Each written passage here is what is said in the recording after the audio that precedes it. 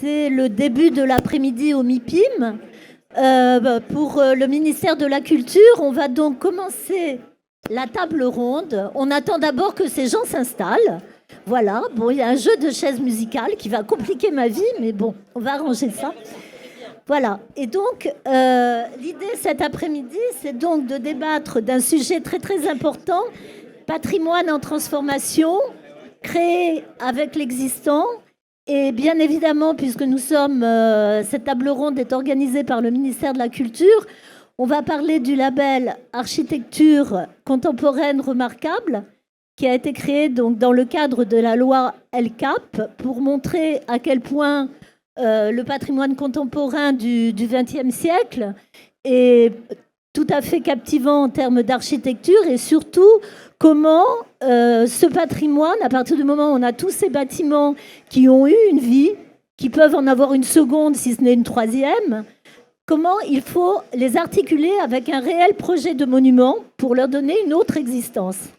Donc c'est important à plus d'un titre, bien évidemment, d'une part pour la ville, quand on fait la ville sur la ville, également en regard des enjeux écologiques, en regard également des enjeux sociologiques et politiques, puisque c'est aussi une façon de recréer des centralités dans la ville, en surtout ne laissant pas en friche des lieux qui sont des lieux tout à fait importants. Alors pour parler de ce sujet, on a réuni sur le plateau Guillaume Aubry de l'agence Frix Architecture, qui a travaillé sur divers projets. Son associé Cyril Gauthier est dans les parages. Il ne parlera pas parce qu'on limite le nombre de personnes qui sont sur le plateau, mais il pourra s'exprimer tout à l'heure. Manuel Gautran, à côté, architecte, qui elle aussi a quelques bons exemples de réutilisation de bâtiments existants. Avec Clarisse Mazoyer, on rentrera dans un sujet encore plus vaste, puisque Clarisse est la directrice de l'OPIC, qui est le maître d'ouvrage des grands projets culturels, l'opérateur, et donc elle a un champ tout à fait vaste, puisqu'elle est intervenue, l'OPIC est intervenue sur tous les grands monuments français, et que ça continue, voilà, avec des programmes extrêmement variés dans diverses régions. Donc on fera un point avec elle. Et puis on a réuni aussi deux autres personnes qui, eux, ne sont pas architectes, sauf peut-être Valérie, mais en tout cas qui sont là à un autre titre, puisqu'il s'agit pour eux d'évoquer la façon dont on présente ce patrimoine remarquable, dont on aide à le diffuser, puisque le label Architecture contemporaine remarquable a également été fait pour attirer l'attention, parce que autant les cathédrales et tout ça, tout le monde y accorde beaucoup d'importance, parce que c'est intégré dans notre culture, mais les architectures contemporaines du XXe siècle, et le XXIe n'est pas concerné encore tout à fait, mais en tout cas, ça nécessite une médiation souvent pour montrer que ça peut également être sacralisé et captiver le grand public également. Donc ça sera un peu le sujet qu'on verra avec ces deux personnages. Thomas Blancard, qui est donc de l'agence Thémaprod, qui est une agence de diffusion et de conseil sur la promotion de l'architecture et du patrimoine, et Valérie Charolais, qui représente ici la Fédération nationale des CAUE, les conseils d'architecture, d'urbanisme et d'environnement. Et quand on sait le rôle des CAUE depuis des années, puisqu'ils ont été créés en même temps dans la foulée de la loi sur l'architecture publique de 1977, et donc ils ont toujours un rôle extrêmement moteur dans beaucoup de régions. Voilà, donc on va commencer par Guillaume Aubry, s'il m'écoute. Guillaume, toujours d'accord pour participer. Donc je vais vous remettre ce petit engin qui peut bouger comme ça, à votre guise. Et je vous laisse nous parler. Alors donc on commence par un centre verrier en Moselle à Meisenthal. Et donc là, vous partiez d'une friche et finalement, c'est une commande publique et vous recréez quelque chose qui est vraiment un lieu tout à fait intéressant avec une multitude d'activités qui se greffent dessus. Mais je vous laisse en parler mieux que moi. Bonjour à tous, vous m'entendez bien? Oui, parce que nous, on n'entend absolument rien. Il y a beaucoup de bruit. Non, on entend. Quand c'est bon. On est là, on entend. Donc, je suis Guillaume Aubry, un des trois associés de l'agence d'architecture Frix, Cyril Gauthier qui est présent ici, et Yves Pasquet qui n'a pas voulu venir. Donc, il a un oral de concours aujourd'hui sur un autre projet de réhabilitation qu'on est en train de faire en ce moment. On est une jeune agence d'architecture, je ne sais pas jusqu'à quel âge on est une jeune agence d'architecture, mais on dit encore qu'on est une jeune agence d'architecture. On a eu le prix AJAP en 2010. Ça va? Ça va. Et on travaille quasiment uniquement sur de la maîtrise d'ouvrage public. Alors pas que, il y a quelques exceptions, mais quasiment uniquement. Et sur des projets d'équipement culturel, musées, salles de spectacle, école d'art, école de danse, conservatoire.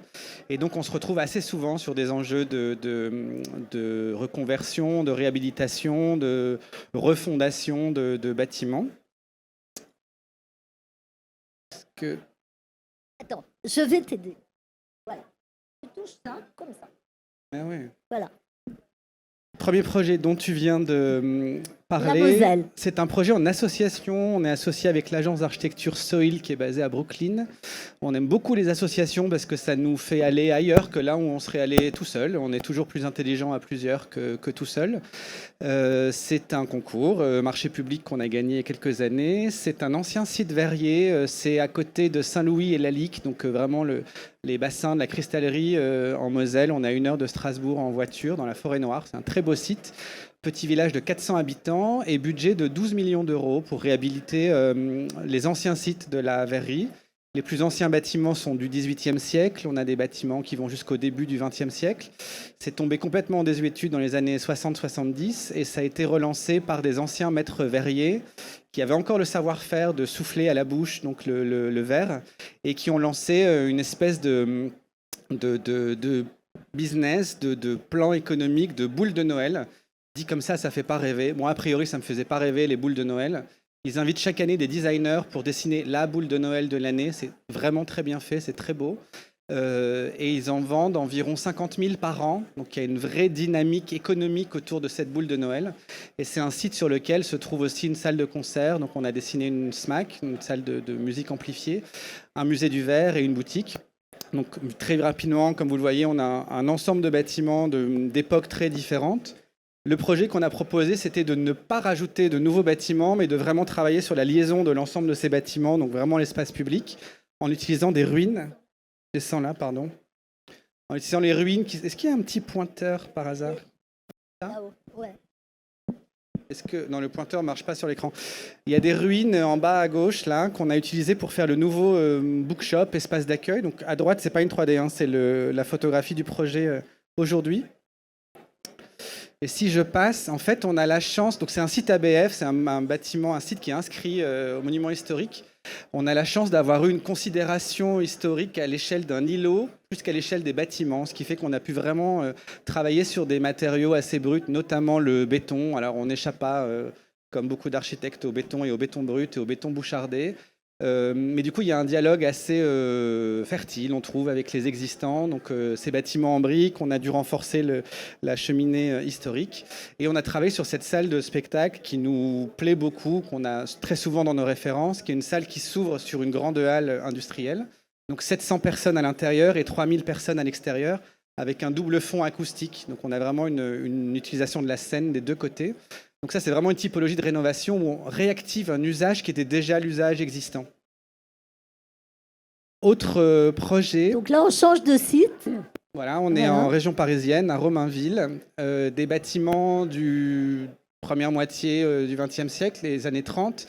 C'était historiquement les bâtiments qui étaient liés aux premières découvertes vraiment de médecine en France, qui étaient à la base les écuries des chevaux qui tiraient les voitures dans Paris. Et c'est grâce à ces chevaux qu'on a inventé la pénicilline. Donc c'est le site de l'invention de la pénicilline.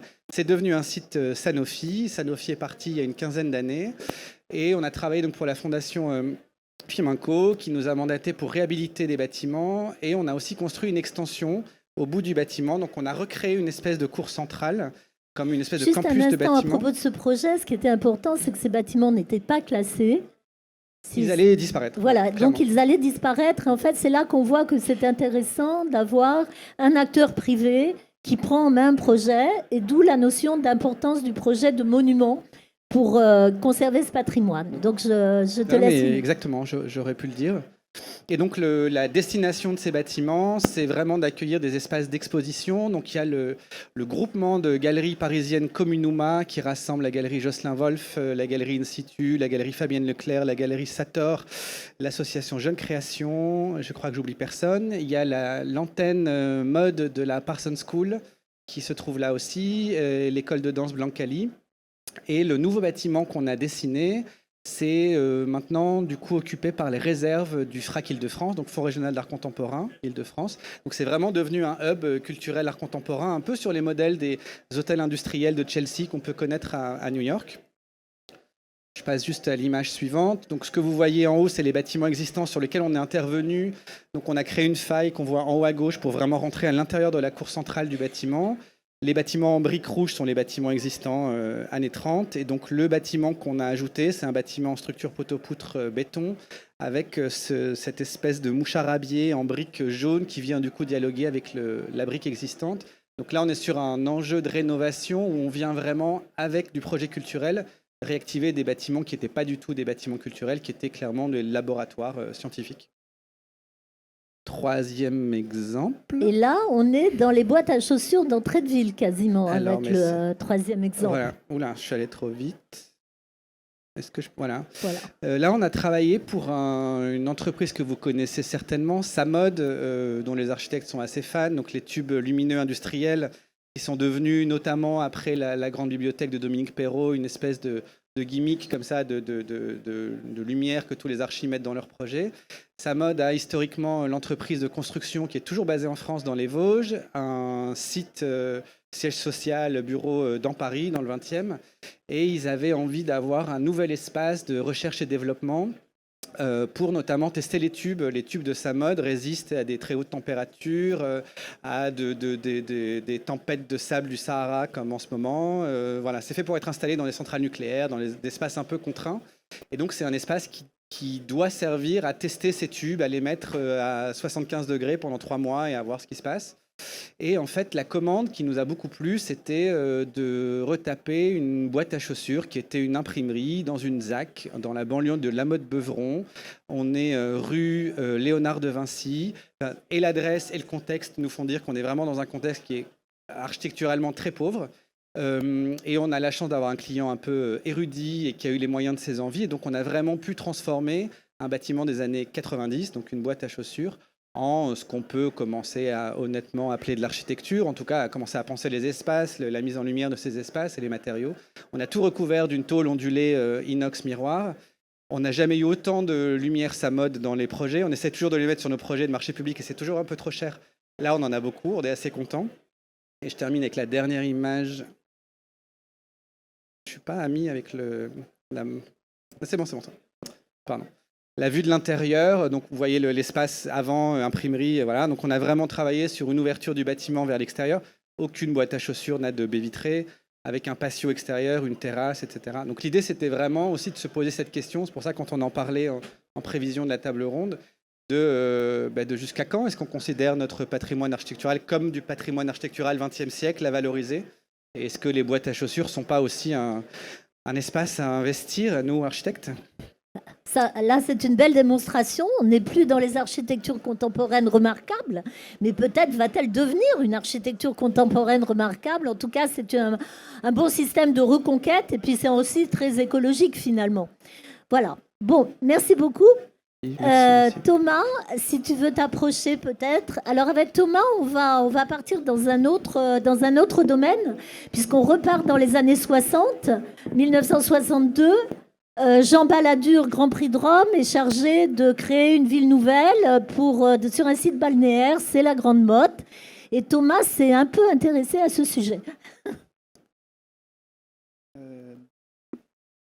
Pardon, j'espère que je n'ai pas tout cassé. Je pense que ça va marcher. Voilà. Voilà, donc maintenant je pense que tu peux appuyer. On est... Ah, Peut-être. Voilà, parce qu'il y a un petit ton d'ajustement, mais si c'est pas ajusté, voilà. Voilà, c'est bon. Bonjour. Christine a parlé de cathédrale tout à l'heure en introduction. Et moi, j'ai bien aimé cette idée-là parce que je vais pouvoir vous parler presque de château fort. En tout cas, j'aime bien prendre cette image en tête, dire qu'on a appris peut-être aux Français, aux petits Français, aux jeunes écoliers, à reconnaître un château fort, mais on leur a jamais appris à reconnaître une architecture du XXe siècle.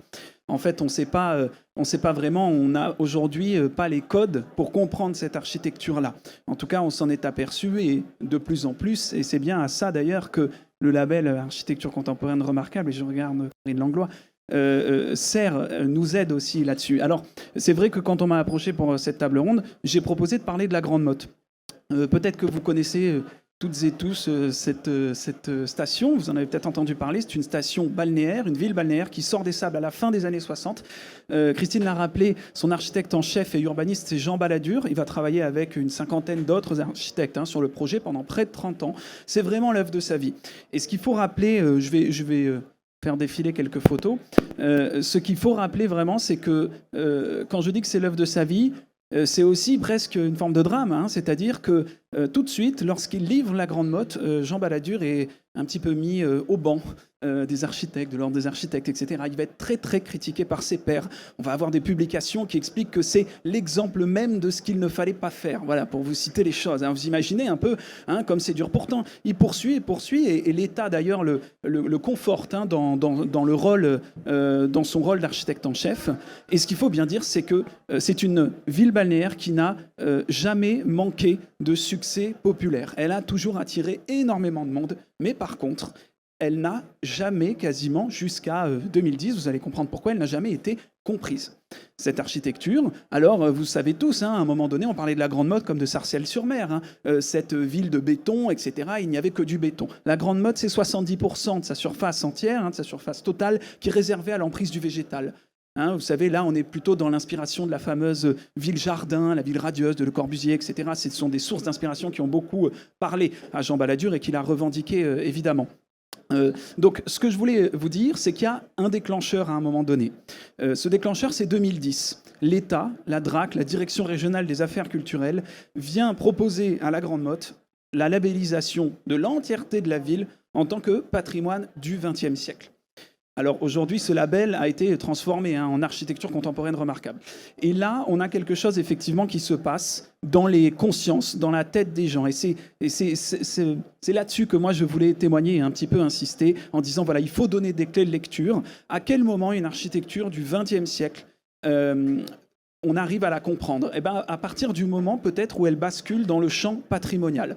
Et donc en devenant patrimoine du XXe siècle, la Grande Motte spécifie son caractère, le patrimoine aussi. Et là, d'un seul coup, on a même des habitants qui se retournent, c'est-à-dire ils ne regardent plus la mer, alors que pendant des années, regardez les brochures de promotion de cette ville, pendant des années, depuis la fin des années 60, on ne parle que de la plage et de la mer. Et à ce moment-là, on demande aux photographes de se retourner et on commence à assumer cette architecture. On commence à penser des programmes de visite guidée, on commence à éditer des ouvrages pour parler de ce projet-là. Et avec ces marqueurs, on donne des clés de compréhension aux gens. Et d'un seul coup, on s'aperçoit que les lampes que Jean Balladur avait appelées lui-même les bornes basses, il avait dessiné des petites lampes qui éclairaient les jardins de ses résidences que vous voyez. Ces lampes, tout le monde les trouvait moches, elles disparaissaient petit à petit, etc. Et puis à partir de 2010, les résidences, les rares qui en avaient conservé, elles ont dû les sceller pour ne pas qu'on les vole. Pourquoi ? Parce que Jean Balladur, petit à petit, le travail, la Grande Motte, etc., est devenu une sorte d'icône retrouvée. Voilà, aujourd'hui, c'est un symbole de cette France des années 60-70. C'est une station, comme on peut en parler aujourd'hui, un petit peu vintage. Là, vous savez, ce terme qui est très, très à la mode, quelque part. Eh bien, cette architecture, elle parle de ça. Voilà. Donc moi, pour résumer, je dirais peut-être que cette architecture 20e, et peut-être aujourd'hui même les créations les plus contemporaines, elles doivent basculer un petit peu dans le champ du sacré pour exister. Et basculer dans le champ du sacré, c'est les protéger, les conserver, les valoriser, leur donner peut-être une forme de label quelque part, et puis ensuite travailler sur leur mise en exposition. Et leur mise en exposition, en général, c'est plutôt des offices de tourisme, voire des structures privées aussi qui l'apportent. Mais voilà, cette mise en exposition, elle est nécessaire pour qu'on comprenne, qu'on accepte et qu'on vive beaucoup mieux avec cette architecture-là, ou en tout cas, beaucoup mieux, c'est avant tout la regarder et la comprendre. Voilà. Je vous remercie. Merci beaucoup. En fait, ce qui est intéressant dans ce qu'a dit Thomas, c'est que j'aime bien ce mot de sacraliser finalement, parce que c'est vraiment un mot effectivement qui montre que des choses, si on les met en vitrine, si on les regarde, c'est comme une belle boutique où on met un beau pull, et ben finalement, ça devient autre chose. Et c'est très très important pour ces architectures-là. Et c'est vrai que le fait que le Havre de Perret ou que l'œuvre de Corbu ait été reconnue par le patrimoine mondial, c'est aussi des choses qui vont dans le bon sens. De même que ce label que l'on évoquait du ministère de la Culture. Alors avec Manuel Gautran, on va aller faire un tour d'abord à Stockholm, ensuite on va repasser par Annecy, et puis un dernier petit détour par le nord de la France. Manuel, je te donne ça peut-être si tu veux venir là également. Alors en fait, j'ai dû changer l'ordre. Ah, nous voilà bien. Elle commence par le projet auquel elle tient le plus, je pense, puisqu'elle est intervenue sur l'œuvre de Roland Simounet. Ça fait une belle transition d'ailleurs, Oui, puisque en fait, j'en parle c'était parce que 76. Non. Simounet?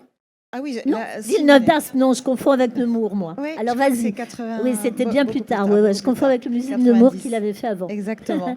En fait, j'ai changé l'ordre parce que c'est le premier projet où je suis intervenue sur un bâtiment existant.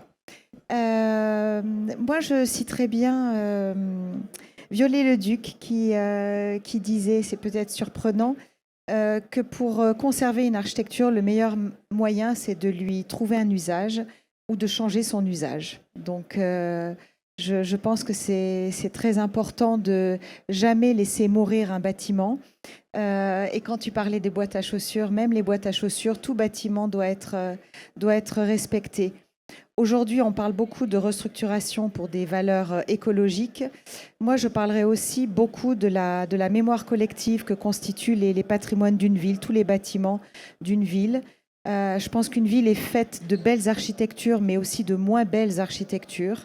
Et c'est l'ensemble de tout ce patrimoine, plus ou moins sacré, plus ou moins magnifique, plus ou moins inscrit.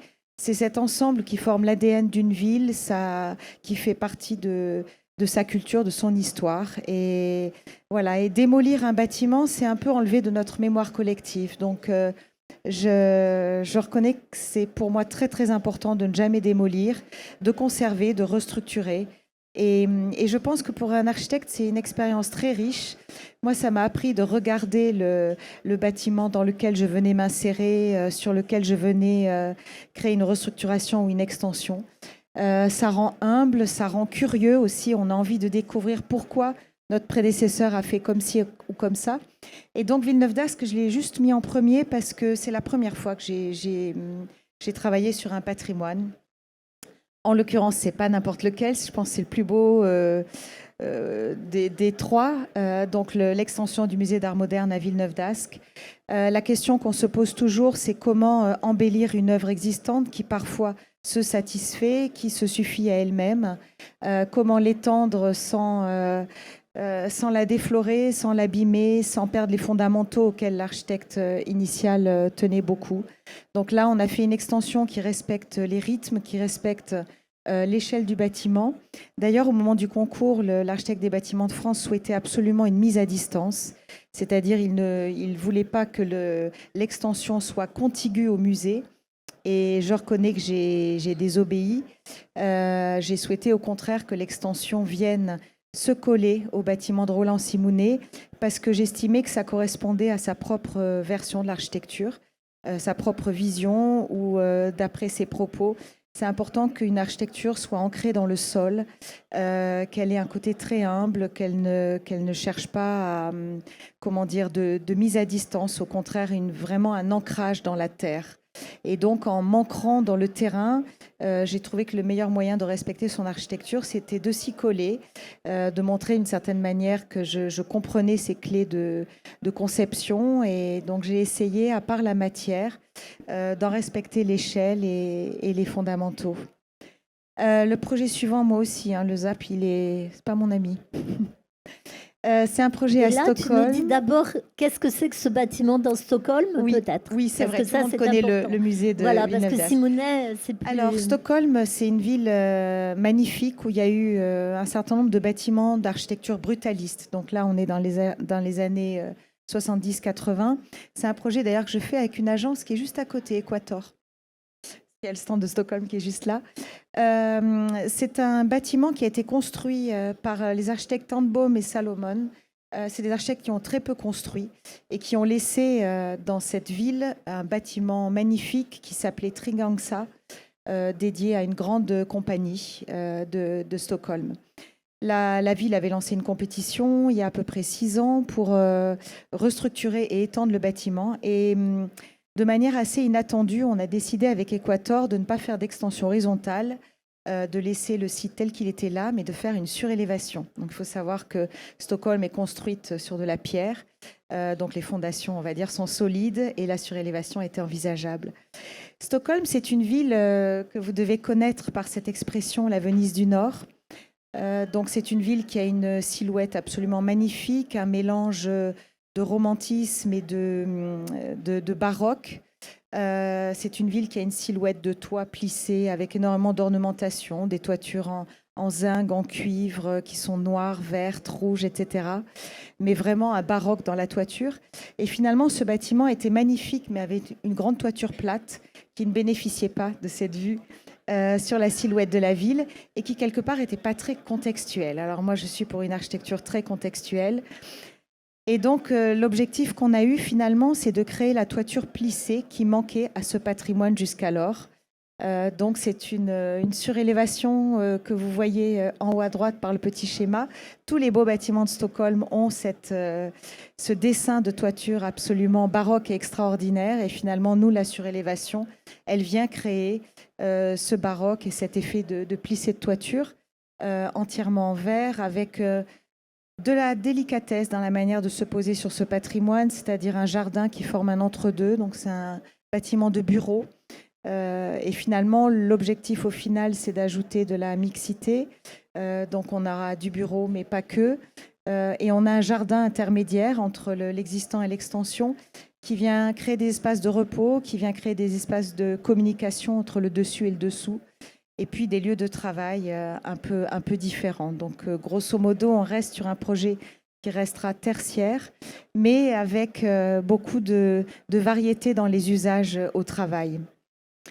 Et le dernier projet, c'est Annecy. Alors, vous voyez à gauche une carte postale magnifique des années 70. C'est vrai qu'à l'agence, on nous appelle souvent pour des projets de restructuration de patrimoine années 60-70. Un bâtiment assez ingrat. Il y a un carré au milieu, c'était la boutique des Galeries Lafayette. Et de manière politiquement, j'ai envie de dire, très incorrecte, l'architecte de l'époque avait créé autour de ce bâtiment un double anneau de parking sur pilotis. Ça veut dire que pour rentrer dans les Galeries Lafayette, on passait sous le parking. Donc c'était typiquement une architecture très spécifique de cette période. Et pour autant, j'en reviens à mon propos du début, une architecture qui était dans la mémoire collective des Annéciens. Donc je pense qu'un bâtiment, qu'il ne soit beau ou pas, il fait partie de notre mémoire collective. C'est assez violent de le démolir. Et la ville elle-même d'Annecy, sans l'avoir classé patrimoine du XXe, souhaitait qu'on le garde, qu'on l'étende, mais qu'on le fasse le plus possible de manière respectueuse. Donc la maquette de droite montre notre manière de l'étendre, de le restructurer, mais aussi de l'étendre.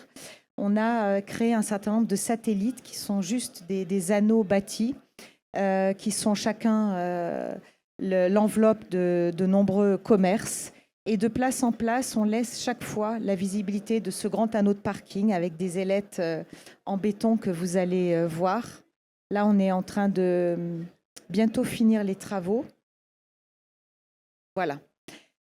Donc, vous voyez à chaque fois l'anneau. On a entièrement restructuré l'intérieur. On a nettoyé, on a restauré l'architecture existante. C'était une architecture qui n'avait pas été forcément bien construite. Et on voit ces satellites qui viennent à chaque fois se glisser dans la hauteur des pilotis, dans la hauteur des ailettes qui viennent coiffer ce parking. Et donc, on a cette série de formes arrondies qui viennent à chaque fois se rapprocher des limites du terrain, créer des vis-à-vis et créer une impression un peu humaine des rues, puisque au départ, le projet était un peu comme une île au milieu d'un grand terrain. Donc, on vient le contextualiser et recréer finalement des vis-à-vis. Voilà, donc il faut qu'on s'attache à embellir la ville en acceptant presque, je pense, de ne plus rien démolir, mais de redonner une âme. Pour moi, un bâtiment, c'est comme un être vivant. Donc il faut le soigner, il faut l'embellir, il faut en changer les usages, mais il ne faut jamais le laisser tomber. Et c'est ce qui fait la sédimentation d'une ville et puis son histoire et sa culture, sa spécificité. Merci. Ce qui est intéressant dans ce que dit Manuel, et on l'a vu tout à l'heure déjà avec Guillaume, en fait, c'est que on voit que ces projets, en fait, qu'il s'agisse de s'accoler, comme elle l'a montré avec le bâtiment de Simounet à Villeneuve-d'Ascq, de surélever, comme elle le montre avec le bâtiment de Stockholm, ou bien de recréer une urbanité réelle à partir d'un site verrier, comme l'a montré Guillaume tout à l'heure, eh bien, on voit à quel point, justement, ces interventions sur le patrimoine existant sont à l'encontre de la table rase, mais également par rapport à la matière de la ville. Parce que finalement, quand on a tous la nostalgie de la ville ancienne, etc., on voit que ce n'est pas par la forme que ça s'attaque, mais c'est vrai que la présence de garder des matières, de garder des traces et de retravailler ces traces, c'est véritablement quelque chose qui est porteur de créativité. Effectivement, quand on voit, il est extrêmement attachant, ce bâtiment d'Annecy. Les Galeries Lafayette, en plus, dans les villes de province en France, c'était pas rien. C'était pour les femmes de la génération des années 50 qui ne travaillaient pas. C'était un bâtiment important qui avait souvent des architectures assez étonnantes parce qu'il y avait des commandes. Et là, tout d'un coup, le fait de mettre des satellites autour, c'est un acte créatif qui n'aurait pas existé sans rien. Et si on compare justement ces interventions-là avec les villes qui sont fabriquées de toutes pièces, les villes nouvelles qui sont fabriquées de toutes pièces encore aujourd'hui dans les arcs, etc., on s'aperçoit que ce qui manque souvent, c'est justement ces stratifications, ces matières et cette sorte de créativité. Donc c'est ça qui est vraiment tout à fait intéressant et ça va aussi dans le sens de l'écologie.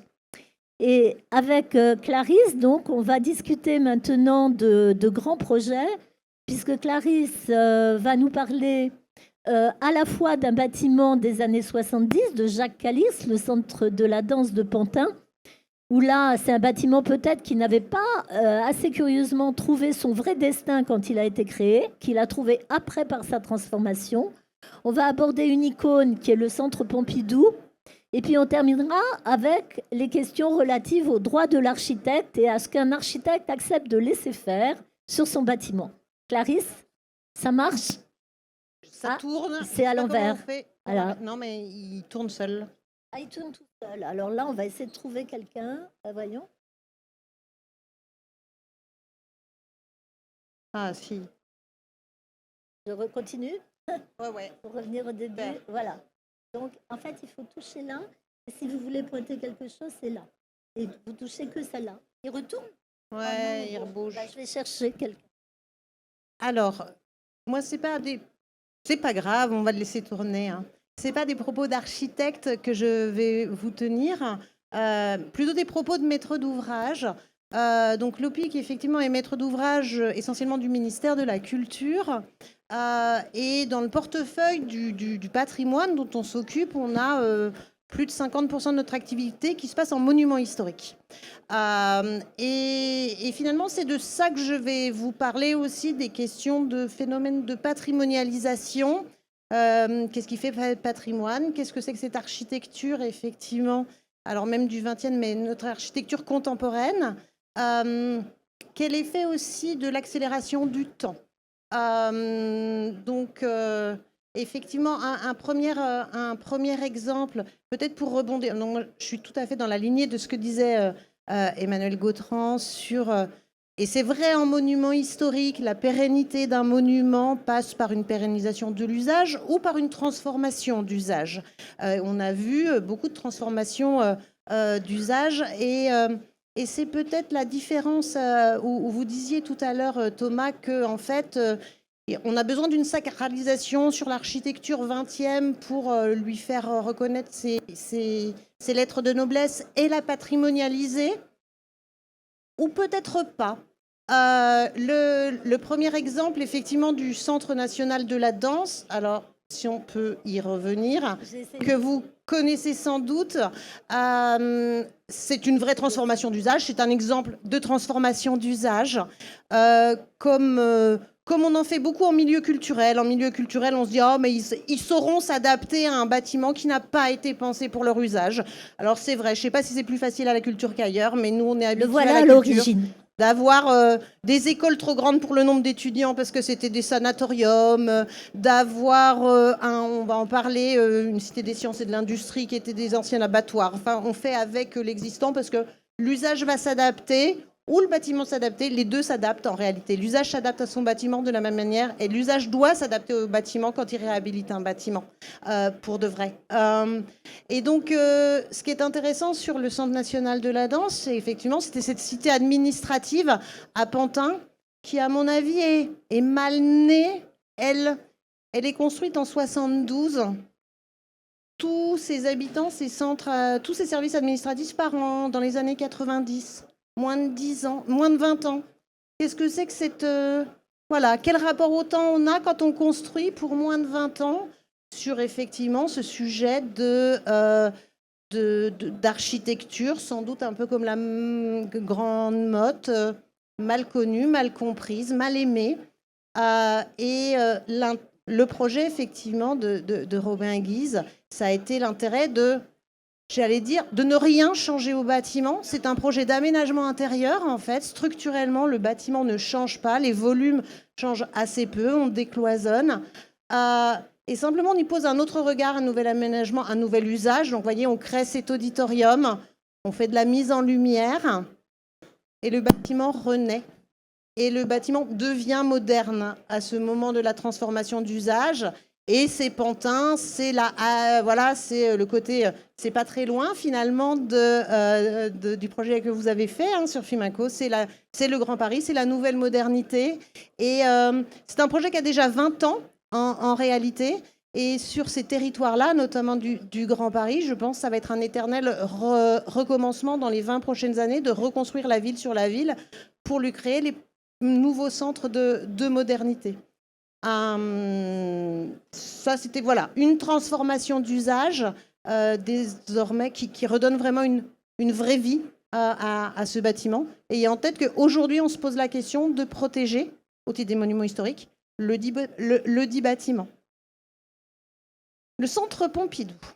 Donc là, vous allez voir des travaux que vous avez peut-être vus les uns et les autres de réhabilitation de la chenille, qui ont eu lieu sur les 2 dernières années, qu'a porté l'OPIC. Le centre Pompidou, c'est à la fois une icône. C'est une icône de l'architecture 20e.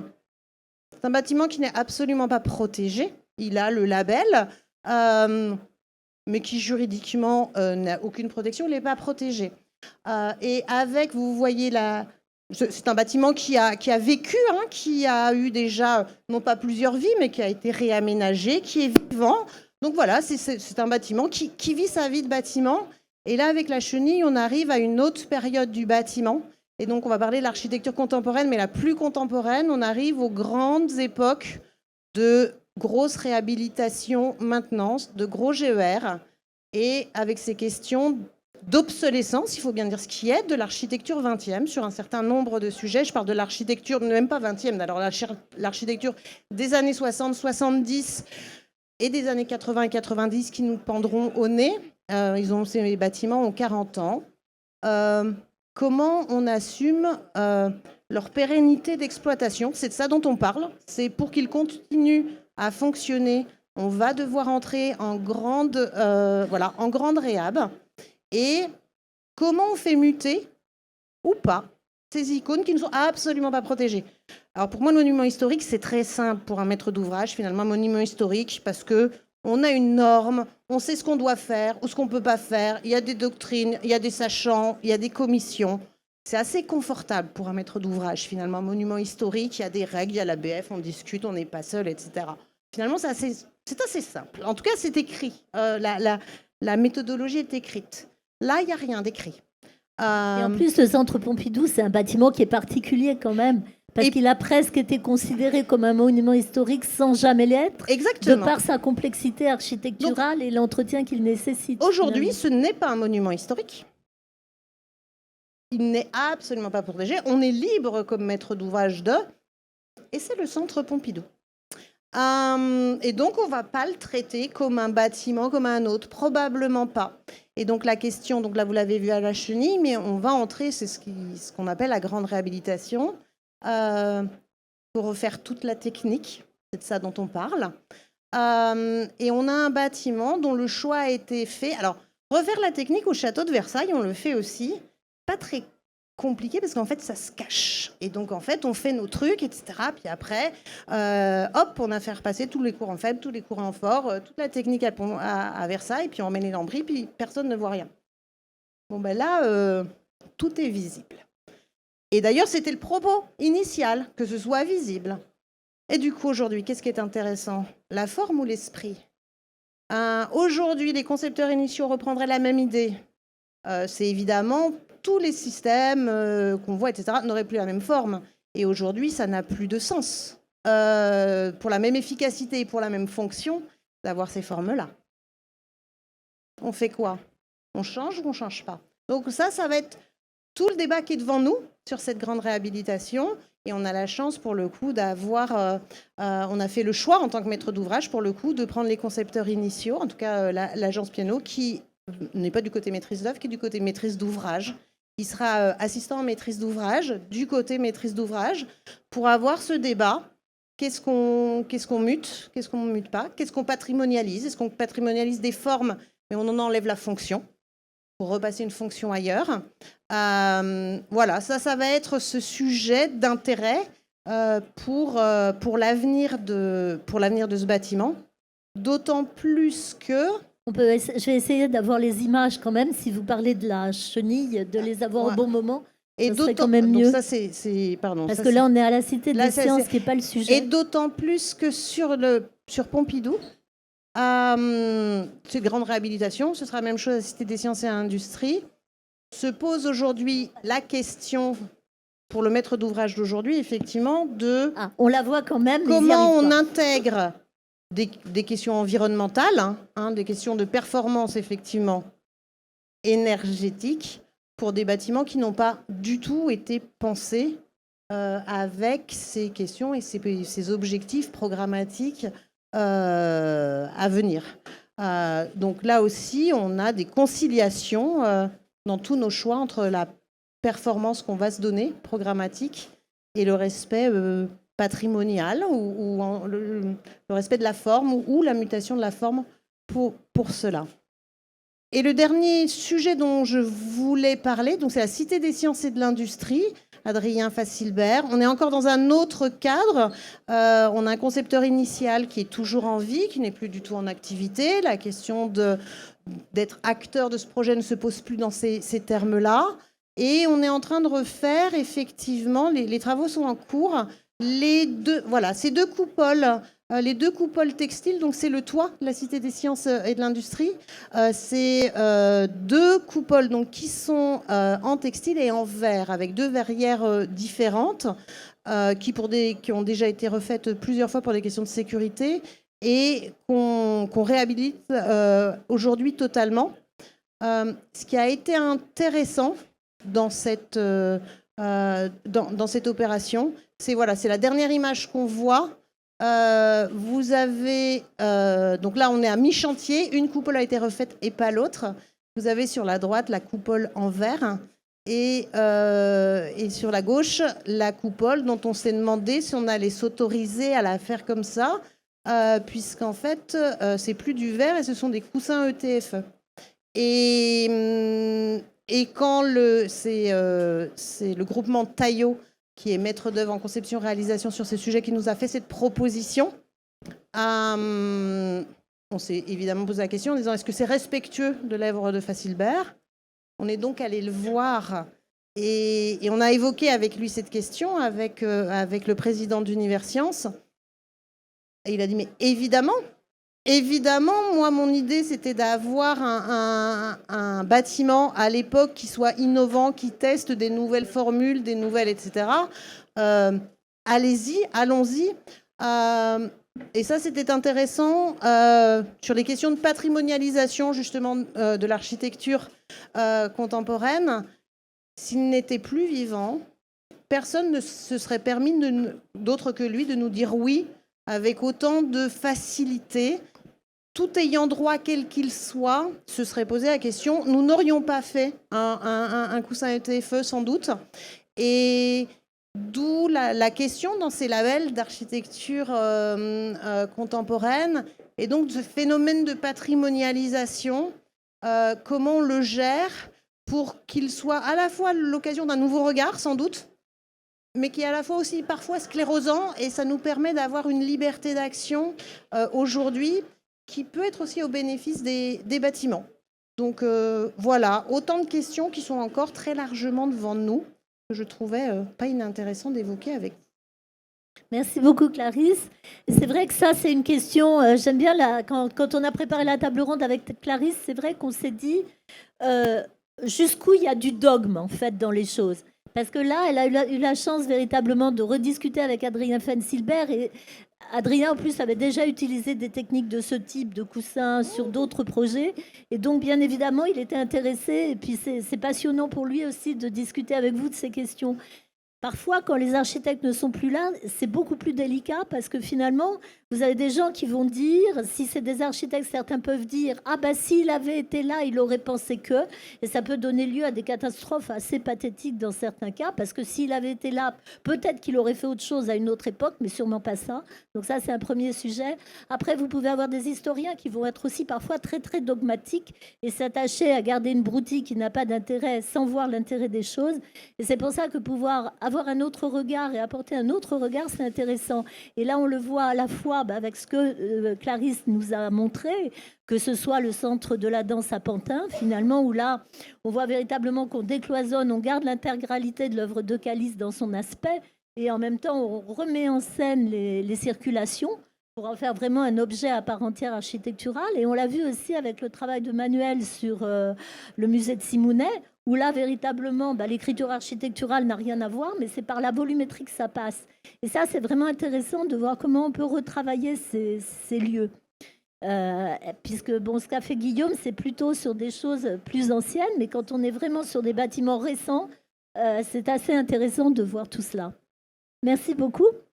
Donc maintenant, on va avoir deux personnes qui vont intervenir puisque Valérie Charolais va déjà nous expliquer un peu donc la problématique de quelque chose qui s'appelle Archistoire. Donc elle va nous expliquer ce dont il s'agit, qui a été monté avec la start-up 9B+.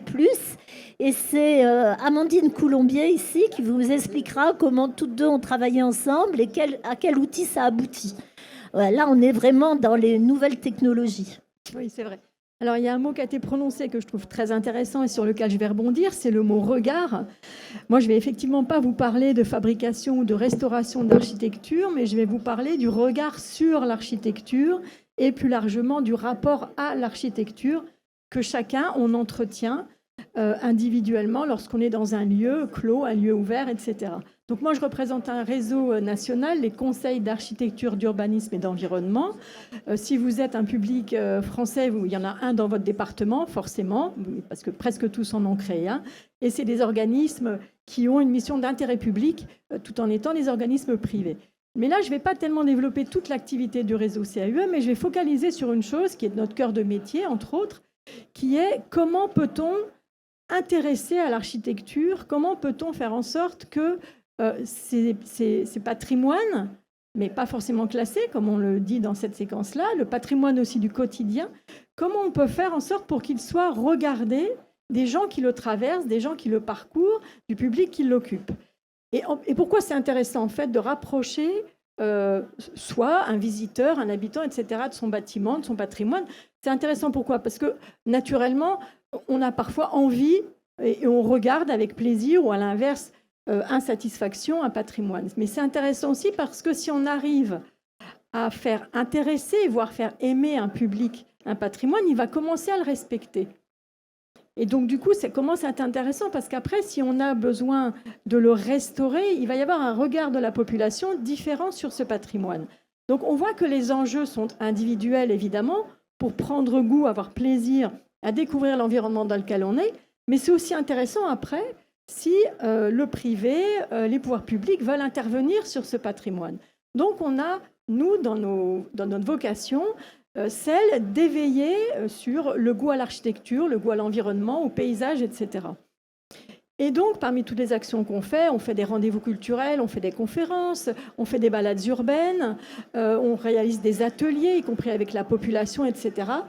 Et puis, un CAUE dans le Var s'est vraiment intéressé à la relation entre le quotidien de nos vies, c'est-à-dire notre espace, notre rue, notre ville, notre village, notre territoire, comment on le perçoit, et finalement, est-ce que ça ne pourrait pas être aussi une sorte de musée à ciel ouvert?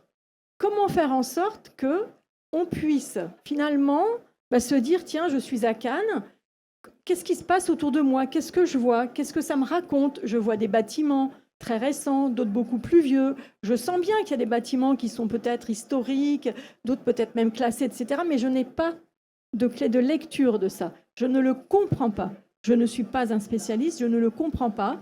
Je peux passer à côté, ne pas me rendre compte de leur qualité, etc. Et donc ça, c'est notre travail. Et du coup, le CAUE du Var, avec Ameline, donc, qui représente la société 9B+, s'est intéressé à cette problématique-là. Comment on peut faire pour rapprocher le citoyen de l'environnement quotidien, de l'architecture quotidienne ou pas quotidienne? D'où l'idée de créer une application numérique qui permet de scanner son environnement et d'en comprendre l'existence, d'en avoir le récit de la construction, d'avoir le récit des lieux, le récit des gens qui l'occupaient, de comprendre les phases successives de la création d'un bâtiment, de comprendre comment c'est dans le bâtiment, alors que je ne peux pas y aller, je passe dans la rue simplement, et je vois, tiens, cette façade, la façade par exemple du festival de ce palais des festivals, etc. Comment je fais pour rentrer dedans alors que je ne peux pas? Et avec le numérique, on peut le faire. Donc, le CAUE du Var et la société 9B+, ont créé cette application Archistoire qui a été repérée au Salon international du numérique à Las Vegas en 2018. Et au départ, c'était une application départementale. Donc, nous, en tant que fédération, moi, je représente la Fédération nationale des conseillers d'architecture, d'urbanisme et d'environnement, nous nous sommes dit, ça serait quand même intéressant de pouvoir la faire au niveau national et qu'on puisse développer cette application où que l'on soit dans un territoire, qu'un CAUE qui a envie, avec un partenaire, une collectivité, un office du tourisme ou autre, finalement, d'apporter d'un côté toute la richesse, puisqu'on est aussi des centres de ressources en architecture, urbanisme, etc., de valoriser toute notre connaissance du territoire et puis de la mettre dans une application numérique qui, du coup, par essence, pour nous, elle est gratuite, que vous pouvez télécharger. Vous téléchargez Archistoire sur votre smartphone.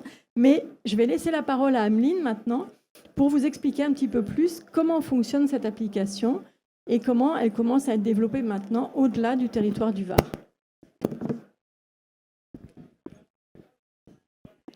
Merci beaucoup Valérie. Oui, je vais vous dire quelques mots sur Archistoire en fait et comment ça fonctionne. Et ce qui est intéressant, c'est d'évoquer un tout petit peu sa genèse. Alors, pareil, ça ne veut pas changer de slide. Ah, voilà.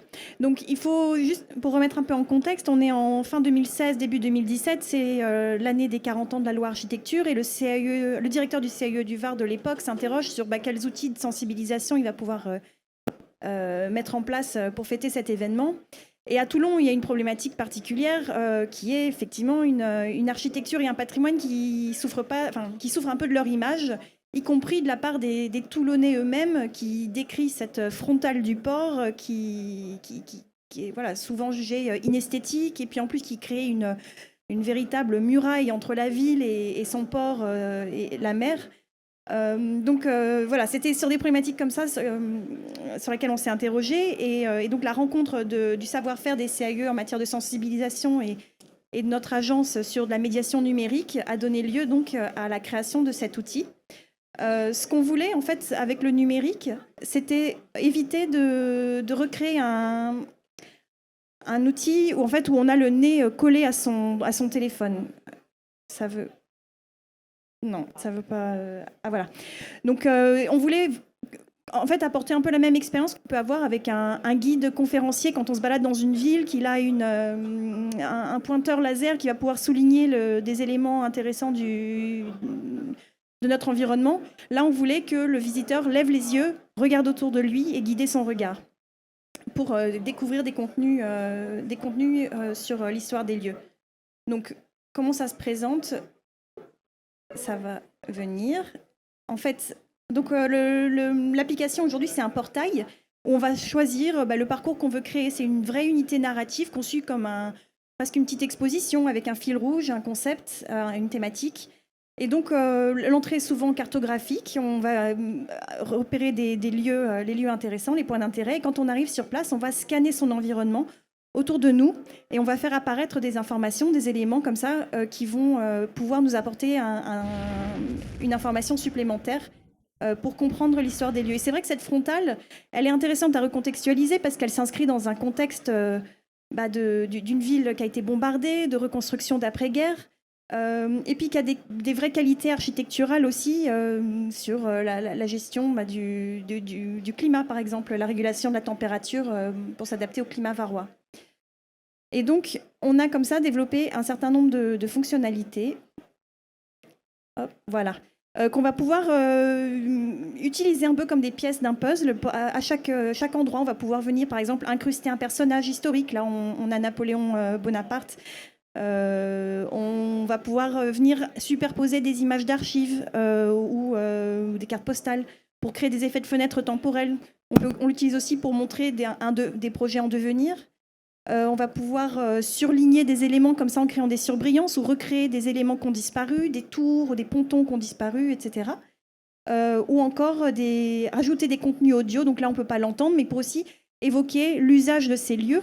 Ça peut être un marché, le bruit d'un marché couvert, une ancienne école qui a été transformée. On peut entendre le bruit des enfants qui autrefois sortaient de cette cour d'école, etc. Et donc... voilà, et une dernière fonctionnalité qui est assez sympa, c'est cette téléportation et un effet de passe-muraille. En fait, on va pouvoir rentrer à l'intérieur d'un lieu, ça peut être sur le toit d'un immeuble ou à l'intérieur d'un bâtiment. Et donc là, on se rend compte de ce que ça donne, en fait, ce système de claustrade, de moucharabie en béton qui permet de se protéger de la chaleur. Ça permet de créer un nouveau dialogue entre le visiteur et ce patrimoine sur lequel, finalement, il ne s'était jamais attardé. Et techniquement, on a choisi de travailler avec de la réalité hybride et ce que ça permet, c'est que sur place, on va avoir une expérience de réalité augmentée, c'est l'usage qu'on va privilégier, mais on peut aussi accéder à tous ces contenus à distance, ce qui permet d'être utilisé dans le cadre d'interventions en milieu scolaire, par exemple. Et on a fait ces 2 premiers parcours sur Toulon et c'est vrai que les retours des usagers étaient vraiment super positifs. On a eu pas mal d'articles de blogueurs qui témoignaient que ça leur avait permis de changer leur regard sur la ville et sur ce patrimoine. Et d'autres CAE, du coup, ont manifesté le souhait de répliquer cette expérience sur leur territoire. Et donc, le CAE a choisi d'ouvrir son application à tous les CAE. Et avec l'appui de la fédération, aujourd'hui, si vous téléchargez Archistoire gratuitement sur les stores, vous allez avoir accès à 60 parcours qui sont publiés ou en cours de publication et qui réunissent uniquement des contenus dédiés à la valorisation des paysages naturels et bâtis créés par des CAE ou par leurs partenaires. Voilà. Et dans le Var, tant que vous êtes là, je vous invite à regarder parce qu'on a pas mal de parcours sur Saint-Tropez, Port-Grimaud, etc. Donc, c'est l'occasion de tester. Merci beaucoup. Alors, ce que je trouve intéressant, moi, quand on a parlé de cette application, c'est que les CAUE, comme je le disais, ça existe depuis, c'est créé en 1977 avec la loi sur l'architecture. Donc, ça veut dire qu'avec le recul du temps, ils ont véritablement énormément de ressources, finalement. Et là, ce qui est tout à fait par rapport à leur vocation, qui est donc une vocation pédagogique, une vocation de faire comprendre l'architecture au grand public et puis d'y sensibiliser des publics tout à fait élargis. Il y a ces ressources, mais finalement, bon, on le sait, mais en même temps, parfois, il y a des livres. Et là, tout d'un coup, profiter comme ça des nouveaux outils numériques, c'est une façon à la fois d'offrir ces ressources à d'autres personnes, mais également de savoir que ça peut être développé. Puisque finalement, Valérie me disait que ça peut être sur le patrimoine militaire. Il y a aussi une réflexion avec le ministère de la Culture justement autour des architectures contemporaines remarquables. Donc c'est quelque chose qui est extensible à l'infini. et qui en même temps ne va pas exclure, à mon sens, le livre, puisque bon, moi je suis assez attachée au livre aussi. Et je pense que quelque part, on est peut-être à une croisée des chemins aujourd'hui, puisque à la fois il y a ces outils où on a son smartphone dans sa poche et puis on a sa petite collection. Donc c'est une petite encyclopédie numérique finalement qui ne demande qu'à être alimentée et qui valorise des choses qui existent. Et puis en même temps, on aura toujours des livres qui pourront justement avoir plus de recul. Et je pense que on peut vous faire confiance pour actualiser le livre de Gilles Rago sur la grande motte. Et donc on aura vraiment des outils complémentaires. Et peut-être que quand un public est rentré par ce biais-là, il peut ensuite aller vers les livres, etc. Peut-être juste une chose aussi, un public qu'on n'a pas cité jusqu'à présent, mais qui est quand même important, c'est les jeunes générations. Et c'est quand même assez génial de faire un parcours en disant aux enfants, surtout, prenez votre téléphone, il va se passer quelque chose, regardez, etc. Donc ça, c'est intéressant parce que ce que permet Archistoire, c'est aussi des niveaux de lecture qu'on adapte à soi-même. Si on veut en savoir plus, on peut, entre guillemets, dérouler un petit peu plus un menu, etc. Et puis, si on a envie de faire une balade urbaine avec des jeunes collégiens, par exemple, eh bien, on sait qu'on va s'arrêter à un certain niveau de lecture. Et puis, on va les amener à regarder peut-être plus certains bâtiments que d'autres. Donc, c'est vraiment toute une richesse possible. Et alors, pour votre question sur les ouvrages, au contraire, je pense que ça peut amener à de nouvelles lectures. Parce que le but, c'est vraiment d'éveiller la curiosité. Oui, non, je voulais simplement compléter, effectivement, parce qu'il y a beaucoup de territoires et de localités qui se posent ces questions-là et l'utilisation du numérique. Et on en parlait justement tous ensemble tout à l'heure. Et la Grande Motte, par exemple, est en train de travailler sur ce sujet-là. Bien sûr. Alors, elle ne va pas utiliser cette solution-là, mais elle aurait totalement pu, effectivement. Et donc, tout ça est effectivement très complémentaire. En plus du livre, je pense qu'on ne touche pas exactement le même public aussi. Non, mais justement, par rapport à cette idée de valoriser l'architecture auprès de publics élargis, parce que finalement, c'est public élargi. On l'a vu d'ailleurs, moi j'avais vu ça il y a longtemps avec les éditions Gallimard pour justement mobiliser les jeunes sur la nature. Et c'est passé d'abord par des éditeurs allemands. Au début, cette connaissance de la nature, les jeunes ont éduqué leurs parents, mais ces enfants, c'est aussi les gens qui seront des décideurs de demain dans les villes. Donc c'est là que c'est un travail qui est véritablement, et on parle du patrimoine 20e, mais on aura le 21e. Et c'est des outils d'aujourd'hui on fabrique la ville de demain, mais on fabrique aussi les consciences de demain par rapport à cela. Et c'est ça qui est intéressant, je pense. Oui, tout à fait. Je suis d'accord. Est-ce que quelqu'un veut réagir d'abord sur le plateau ou bien dans le public sur ce qui s'est dit? Et Corinne Langlois, donc du service de l'architecture et du patrimoine, va aussi prendre la parole. Oui, je vais rebondir un peu sur cette application où effectivement on a toujours des CAE très inventifs et tout ça pour diffuser en fait la connaissance de l'architecture au sens large du terme, qu'elle soit ancienne ou tout à fait récente, et pour promouvoir justement la création architecturale et pas uniquement un maintien en l'état existant. Moi, ce que je dirais sur cette application, c'est aussi les voyages. À chaque fois, les mobilités ont beaucoup influé sur ce qu'on a donné aux gens comme outil pour comprendre les espaces qui traversaient. Quand on a eu la voiture, on a fait les guides verts, que vous avez tous eu dans vos boîtes à gants ou vos parents. Ça remplace les voyages de télérénaudiers qui sont quand même des choses un peu plus délicates à transporter. Maintenant, on passe au numérique et comment finalement on développe un même outil de découverte en utilisant ce qui est complètement intégré à notre mobilité aujourd'hui et à nos modes de communication. Donc je trouve que c'est normal en fait et c'est pas dégradant du tout. Après, ce qui nous intéresse aussi beaucoup, et je rebondirai sur vos trois interventions, la ville, comme vous le disiez, Christine, c'est le résultat d'une stratification, surtout en Europe. En Europe, on réutilise depuis des générations ce que la précédente nous a transmis. Et évidemment qu'on la transforme. Alors, pour tous ceux qui ont un peu travaillé sur le patrimoine, au sens noble du terme, avec toutes les servitudes qui vont bien, savent très bien qu'on n'aurait pas une seule maison romane de conserver dans le centre de Cahors ou dans le centre de Périgueux que je connais mieux, si derrière, à l'époque gothique, on n'avait pas rajouté des cheminées un peu plus costauds, si on n'avait pas ouvert des baies un peu plus grandes, si après, quand on a inventé les grands carreaux, on n'avait pas changé les fenêtres pour que ces immeubles soient toujours habités. Et c'est pour ça qu'on les a conservés et qu'il y a derrière de l'archéologie qui nous raconte avec des témoins matériels les histoires anciennes. La question qu'on a aujourd'hui avec l'architecture contemporaine, et c'est une des vocations du label architecture contemporaine remarquable, c'est tout ce patrimoine qui est le témoin d'une évolution extrêmement rapide de notre société entre 1950 et maintenant.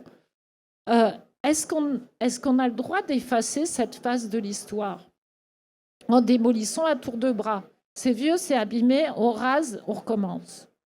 Ou est-ce qu'on reste dans notre logique culturelle de prendre ces bâtiments et de les transformer en recréant une architecture? Le Versailles de Louis XIII, le Versailles de Louis XIV, c'est pas le même. Donc, il n'y a pas de honte à regarder le Versailles de Louis XIV. Enfin, je crois que ça se saurait si c'était honteux.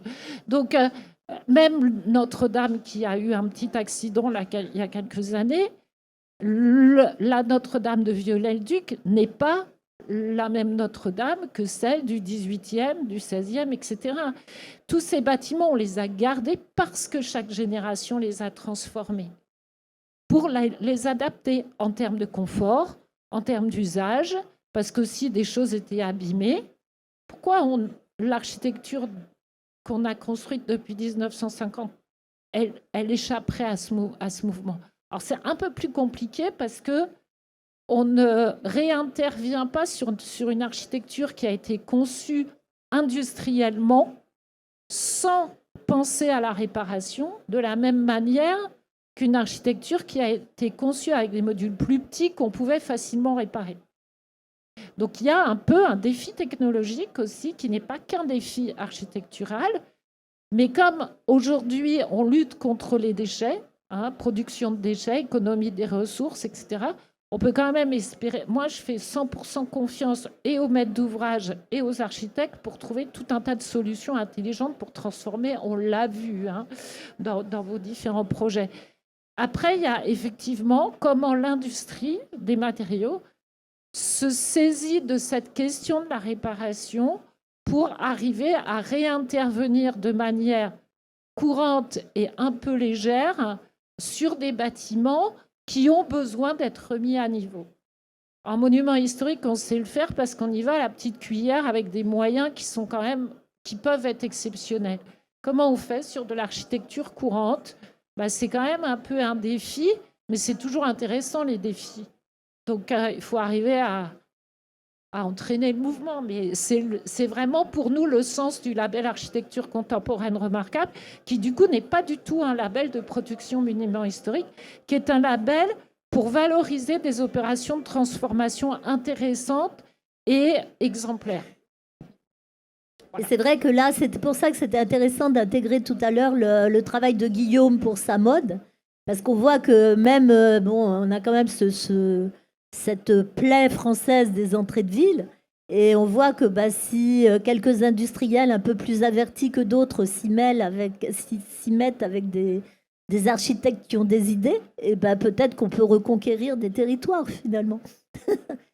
Est-ce que quelqu'un a quelque chose pour réagir sur ce que vous avez dit les uns les autres, ou bien quelqu'un dans le public veut intervenir? Voilà, je savais bien. Un tout petit mot, on a parlé un moment d'obsolescence, c'est peut-être toi qui as parlé d'obsolescence. C'est vraiment intéressant de se poser la question de l'obsolescence des bâtiments au XXe siècle. Au final, c'est pas tant l'obsolescence des volumes, on arrive toujours à faire quelque chose avec les volumes. C'est pas l'obsolescence des structures, un bâtiment en pierre ça tient, un bâtiment en métal ça s'entretient. Le centre Pompidou, il n'est pas mis en péril par sa structure métallique. C'est l'obsolescence des technologies XXe siècle qui sont de plus en plus obsolètes rapidement. C'est l'obsolescence de la CVC, traitement d'air, l'obsolescence des réseaux électriques.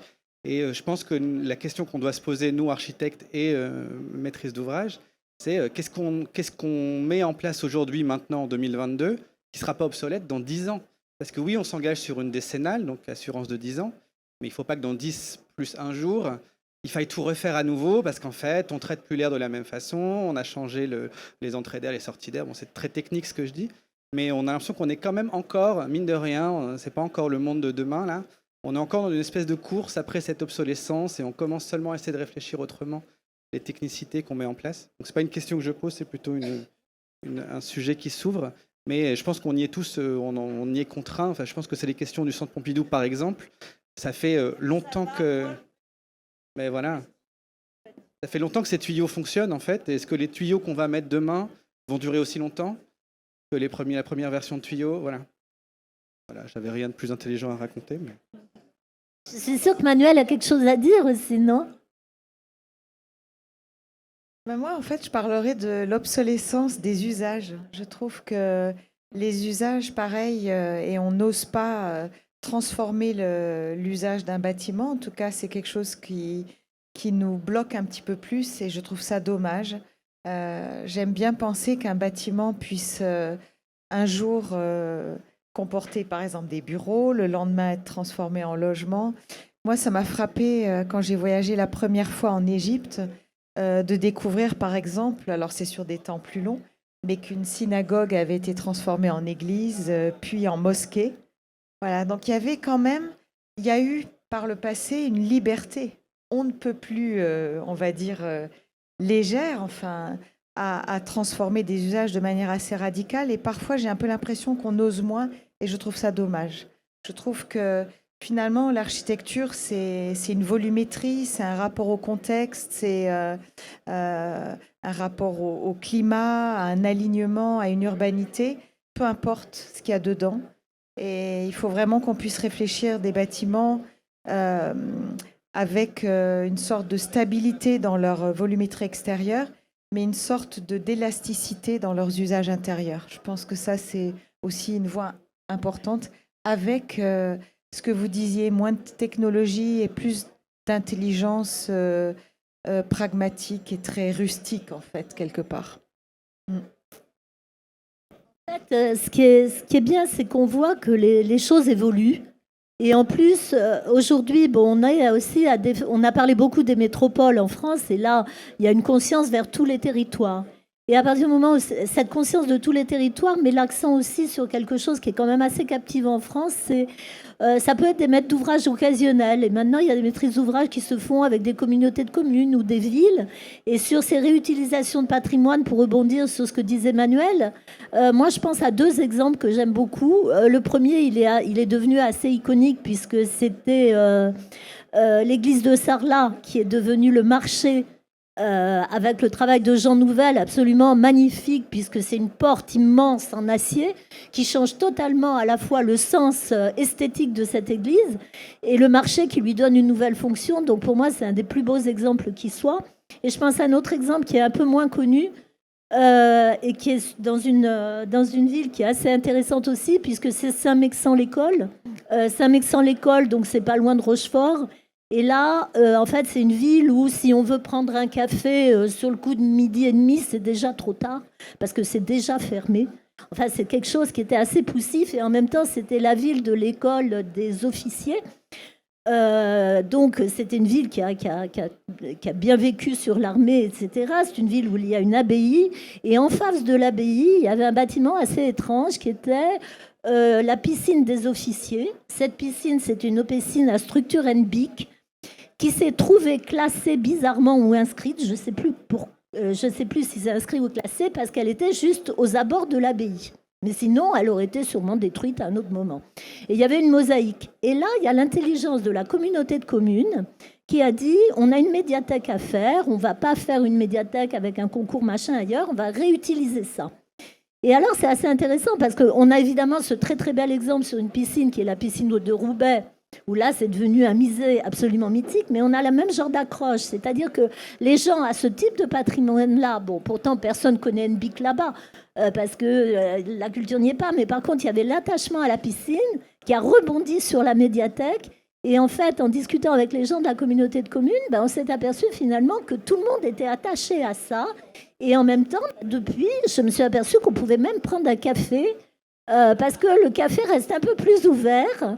Donc voilà, c'est formidable. À 1h45, on peut prendre un café à Saint-Mexan-l'École. Est-ce que peut-être Clarisse, quelque chose à ajouter? Ou bien Thomas ou... Voilà, je ne sais pas si quelqu'un veut dire des choses. Allez. Oui, finalement, je reviens. Qui c'est qui a parlé du guide vert? Je ne me souviens plus. Mais quelque part, en tant que citoyen d'une ville, on adore tous, à un moment donné, regarder et lire l'histoire d'un bâtiment. Savoir que au XVIIIe siècle, il a eu tel usage, pendant une guerre, il a eu tel autre usage, il est devenu un hôpital, puis une école. C'est ça qui est intéressant, en fait. Et je trouve que ça donne une sorte de vertige. C'est là qu'on se rend compte de l'histoire d'une ville.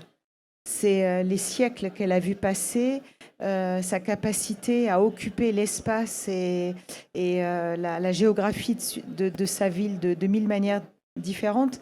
C'est un côté vertigineux.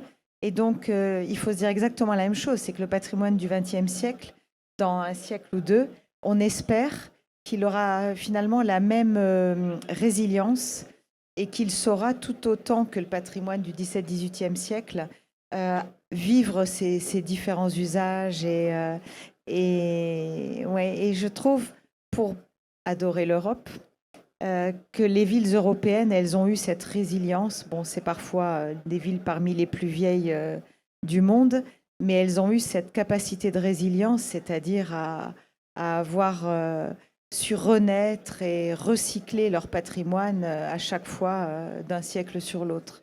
C'est ça qui est très beau, en fait, intellectuellement. Est-ce qu'on continue à discuter ou est-ce qu'on se quitte bons amis? Aurélie, non? Bon. Eh bien, merci à tous et puis continuez comme ça.